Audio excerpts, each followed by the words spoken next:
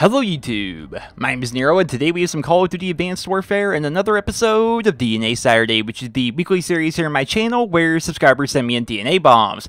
That was the create class we're going to be using throughout the entirety of this gameplay. If you would like, you can go back and pause the video, that way you can get a good look at the class, but keep in mind, ladies and gentlemen, I will be talking about the class setup throughout this video. What's going on here? What's going on here? First and foremost, the gameplay was submitted by a guy that goes by the name of NerosCinema, who of course is a returning guest here on the channel, one of my biggest fans. He comments on just about every single video I upload, and he in fact has a brand new YouTube channel, and of course we'll be talking about his YouTube channel at the end of the video like we usually do here for DNA Saturday. But the gameplay itself is going to be a bit of domination here on the map Detroit, running around with the EM1, one of my favorite weapons here in Advanced Warfare. Although, can I honestly still say that after I have barely used it over the course of the past month, maybe 2 months? I used to use this weapon so much, and then just recently I've kind of stopped using it. I'm not entirely sure why that is. I think one of the big reasons why the EM1 is both ridiculously rewarding and fun to use, but at the same time kind of frustrating to use, is I feel as though the EM1 itself is one of the higher skill weapons in the game.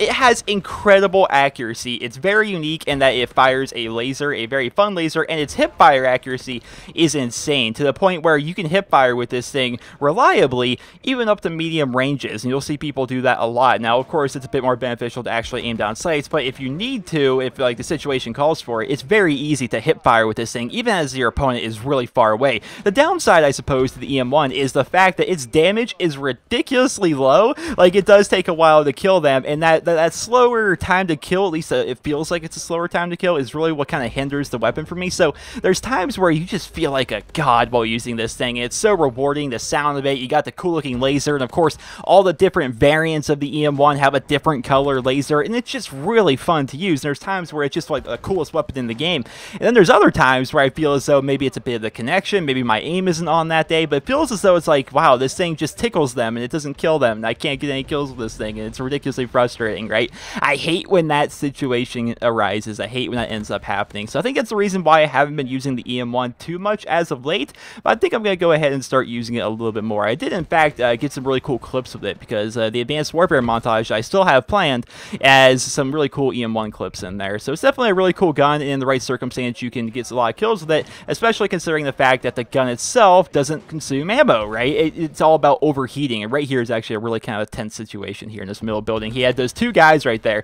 He backs up. Now I was really worried he was going to die right there, and this other guy I thought was waiting for him. Apparently he's ended up moving, so he ends up moving out. But while I was watching his gameplay initially, like, because I previewed the gameplays I actually posted up here on the channel, and right here is actually cool to get the triple spray, but when I initially previewed the gameplay, I was like, he's going to die right here, isn't he? Or like, how's he going to get out of this one? And the guys apparently ended up leaving, which was pretty interesting. But yeah, so that's one of the reasons why I think I don't use the EM1 as much as I used to, but I kind of want to get back into it because it's just a really fun weapon to use, right? It's just a really fun weapon to use. The problem is I'm playing a lot more on the PlayStation now, and I have no good variants of this thing, so I suppose I'll go ahead and start using the default variant, which in fact is the variant that we're going to be using in this video. So before the DNA bomb itself actually ends, let's go ahead and discuss this created class. So we're using the EM1, the default EM1, no variants whatsoever. If you're looking for a particular variant, I would say probably the best variant, or at least one of the best variants, would be the EM1 Poner. The EM1 Poner is a particular variant that I like to run myself because I have it on my Xbox account, and it's just ridiculously good. It increases the damage on it a little bit. It's definitely pretty nice. There's attachments. He has adjustable stock on here, as well as heatsink. Heatsink is pretty essential. Any laser weapon that can actually give you heatsink, and right there is actually where he picks up the DNA bomb,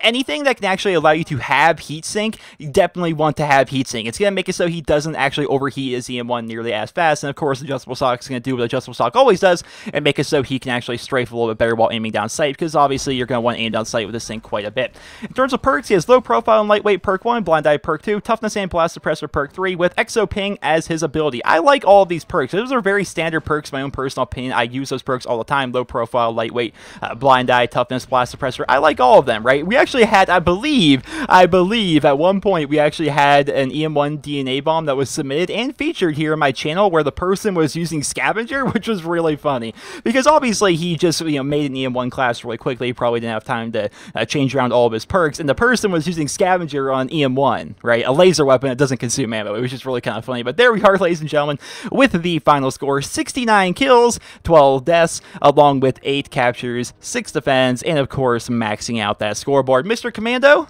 Thank you for that gameplay, man. Thank you for that. That is definitely pretty awesome. That was very well put together. Well, ladies and gentlemen, I hope you guys all enjoyed this EM1 DNA Bomb and this episode of DNA Saturday. And if you did, please be sure to leave a rating where you guys feel it deserves. And if you guys would like to submit your DNA bombs for next week's episode of DNA Saturday, simply watch the video that's on your screen right now. Chances are most of you guys have seen this video by now because it's featured in every single episode of DNA Saturday.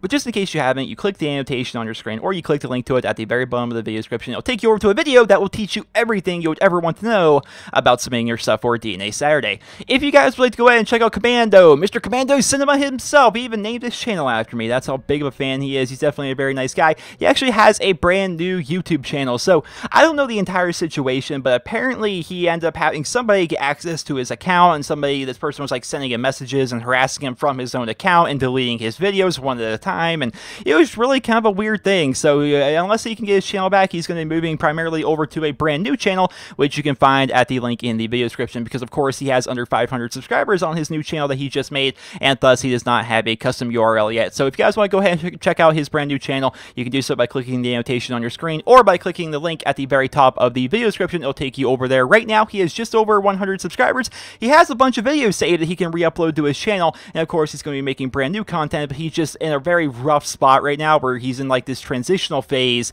where he needs to kind of like get everybody to move over to a new channel because somebody somehow has access to his older channel, which has over 1,000 subscribers. That just really stinks. It's a really bad situation, and I wish him all the best. So if you guys are fans of his channel, or if you just want to show some support for a guy that's a little bit down on his luck with a guy getting access to his YouTube channel, feel free to go ahead and check him out. Once again, there's going to be a link at the very top of the video description, as was the annotation on your screen, both of which will take you to his YouTube channel and in fact open them both up in a brand new tab. Well, ladies and gentlemen, once again, I hope you guys all enjoyed this week's episode of DNA Saturday, and if you did, please be sure to leave a rating. I hope you guys all have a wonderful day.